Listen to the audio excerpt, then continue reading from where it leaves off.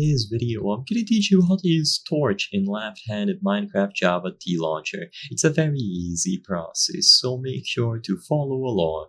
In this video, I'm going to showcase how you can equip a torch in your offhand, known as the left hand in Minecraft Java edition.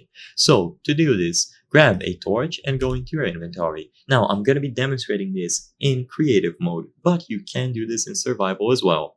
Once you open your inventory, you will have these standard slots for your armor, you will have the crafting grid, and then you will have this offhand slot. All that you have to do is grab a torch and place it here. Once you click the torch there, you will see it appear on your left hand. So now, if you right click on any block or any placeable surface, you will place down the torch that you are holding. It is super simple to do. And of course, it's going to illuminate the area around it.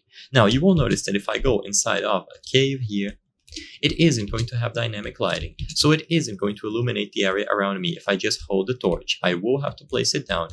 If you want it to illuminate the area around you, what you have to do is download mods like Optifine. So if you have an Optifine profile on TLauncher or any other launcher, then make sure to use that one instead. So you either need Optifine or some form of mod like sodium or shaders.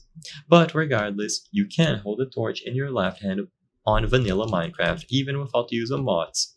If you right click and you don't have anything in your hand, or you just have a random item, you will place down the torch. But if you hold a specific item like a block or a shield that has the right click functionality, then you will not place down the torch. It needs to be an item that doesn't have some form of right click function, and if that's the case, then you can place down torches. But if you are holding something that has a right click function, it won't work, so keep that in mind. So I hope I was able to help you. Before I end this video, I want to highlight that according to the channel metrics, 83% of the people watching our videos are not subscribed. If you subscribe, you can help us from the channel make higher quality videos, so I highly count on your support. Thank you for watching, and I'll see you on the next one.